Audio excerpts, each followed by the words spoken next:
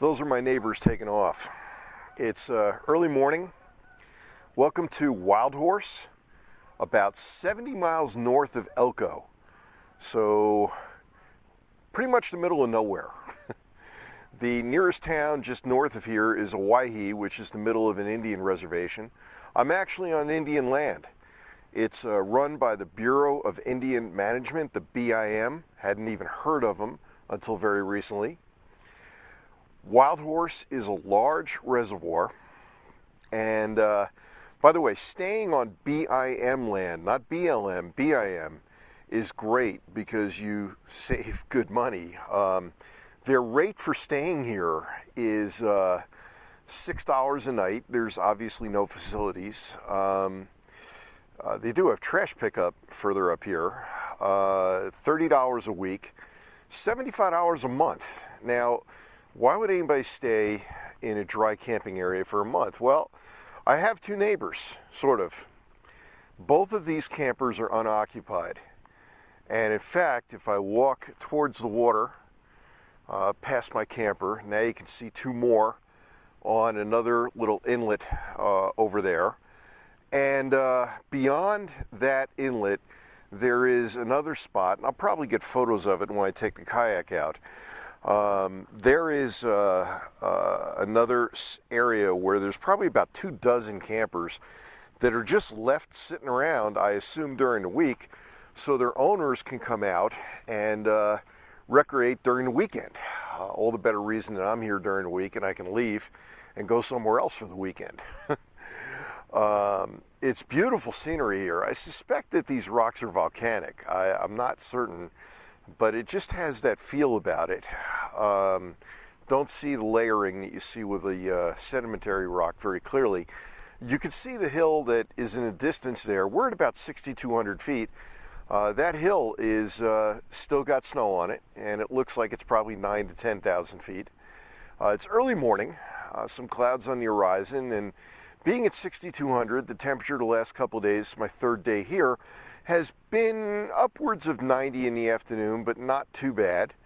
There is a state recreation area just on the other side of that hill.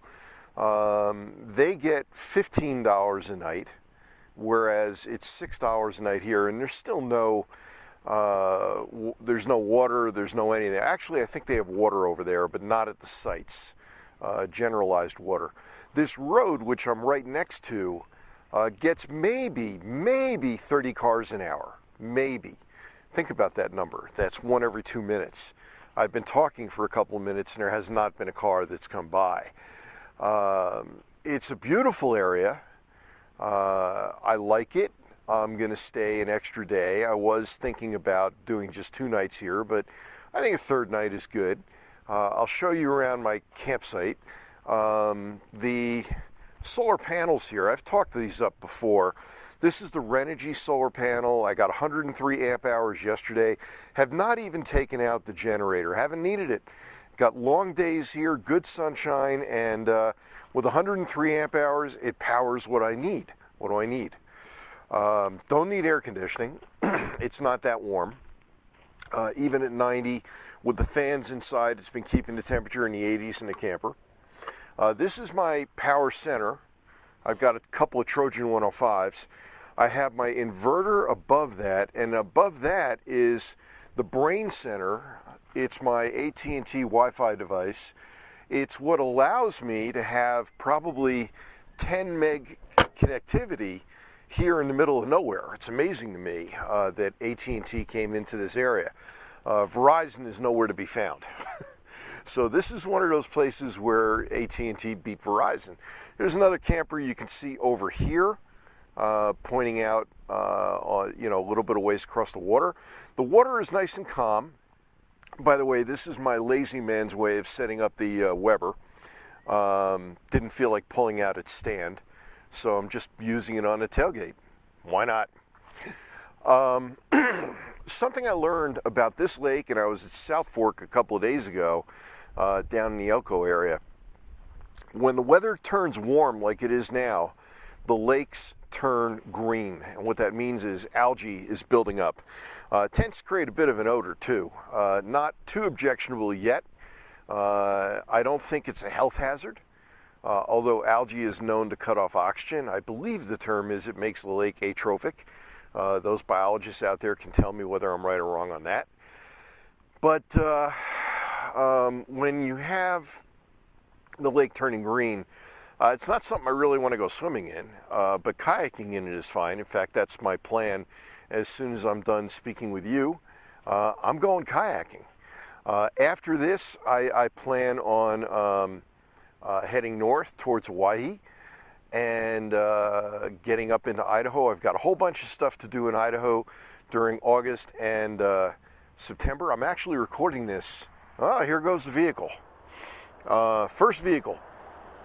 I'm actually recording this on July 31.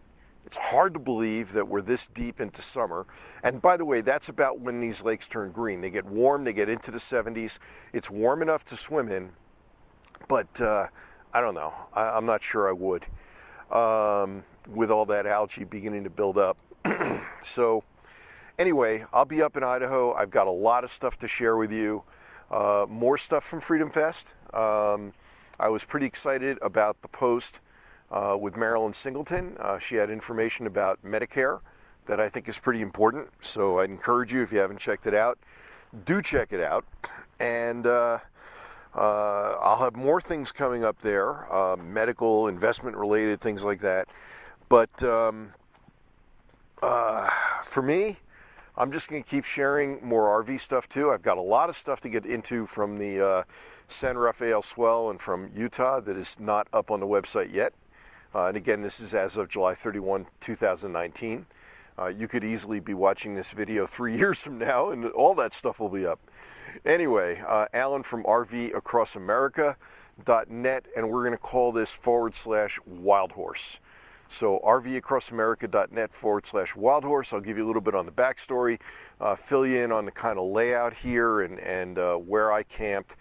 And believe it or not, there's even a bar and restaurant up here. So I'll tell you about that. All right, have a great day.